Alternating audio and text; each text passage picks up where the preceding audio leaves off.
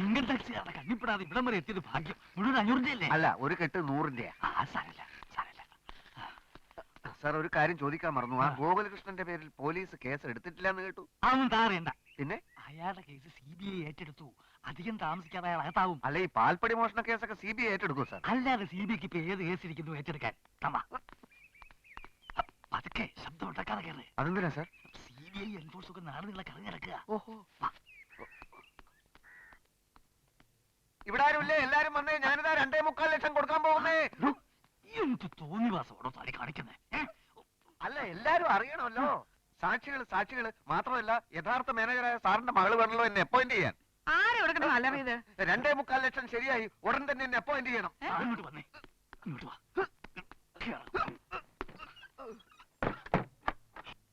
തൊലച്ചല്ലോടോ താൻ.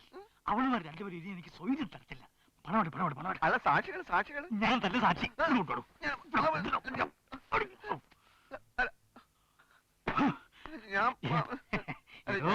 മാനേജർ ശങ്കുണ്ണി നായർ ഒരു വാക്ക് പറഞ്ഞ വാക്കാ.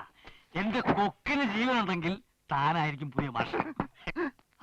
ഇൻകം ടാക്സ് ഇപ്പൊ തുടങ്ങാൻ കുറച്ച് ബുദ്ധിമുട്ടാ.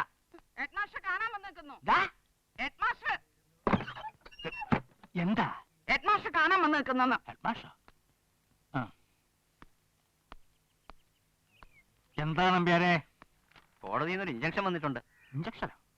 ഗോകുലകൃഷ്ണൻ മാസ്റ്ററുടെ അറിവോ സമ്മതമോ കൂടാതെ മറ്റാരെയും സ്കൂളിൽ നിയമിക്കാൻ പാടില്ല എന്നുള്ള ഉത്തരവ്. അയ്യോ 4 ലക്ഷം അങ്ങനെ ചുളിലടിക്കാൻ പറ്റില്ല എന്ന് ഇപ്പം മനസ്സിലായി കാണും. അങ്ങനെ ചിരിക്കാറായിട്ടില്ല. നമ്മുടെ ഇഞ്ചക്ഷൻ വേണമെങ്കിൽ അങ്ങേർക്ക് വെക്കേറ്റ് ചെയ്യിക്കാം. എന്ന് വെച്ചാ തടസ്സം നീക്കാന്ന് അല്ലേ? അതെ. നമ്മുടെ കുറുവാഞ്ചേരിയിലെ മാഷല്ലേ വരുന്നത്? അതെ, അയാൾ തന്നെ. സംഗതി അറിഞ്ഞിട്ടുള്ള വരുവാനാ തോന്നുന്നത്.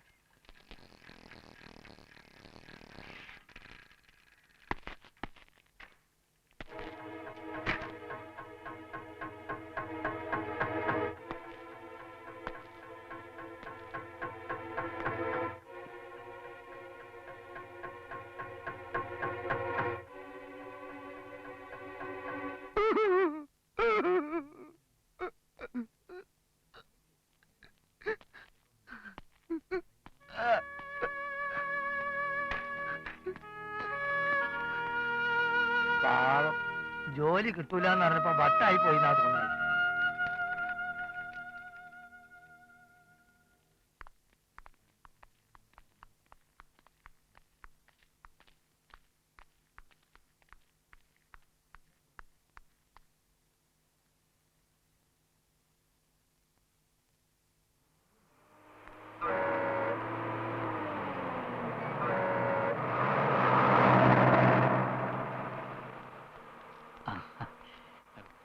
സാറിന് ഉച്ചയൂണ് ഇവിടുന്നാണല്ലേ? സരസ്വതി വിലാസം സ്കൂളിന്റെ അതെ, ശങ്കുണ്ണിയാരെ. അവിടെ ഒരു സീറ്റ് ഒഴിവുണ്ടായിരുന്നത് പുതിയ ആളെ നിയമിച്ചോ? ക്ലെയിം ഉണ്ടെന്ന് ആളിനെ കാണാൻ വന്നിരുന്നു. ചേർക്കാൻ പോവാ.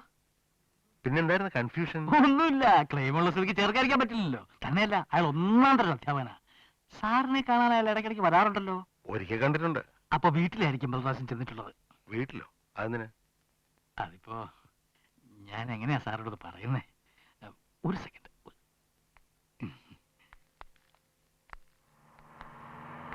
എന്റെ വൈഫിന്റെ ബന്ധത്തിൽപ്പെട്ടൊരു ചെറുക്കൻ എഞ്ചിനീയറാ. സാറിന്റെ മകൾക്ക് ഒരു കല്യാണ ആലോചനയായിട്ട് വന്നിരുന്നു. എന്റെ അറിവിൽ സാറിനെ കുറിച്ചും സാറിന്റെ മകളെ കുറിച്ചും എല്ലാവർക്കും നല്ലതേ പറയാനുള്ളൂ. പക്ഷേ കല്യാണാലോചനക്കാര് വിശദമായിട്ടൊരു അന്വേഷണം നടത്തി നോക്കിയപ്പോ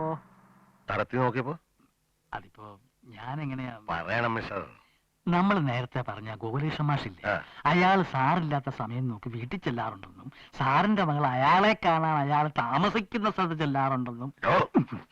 എന്റെ മോളെ പറ്റി തന്നെ എന്താ പറഞ്ഞ?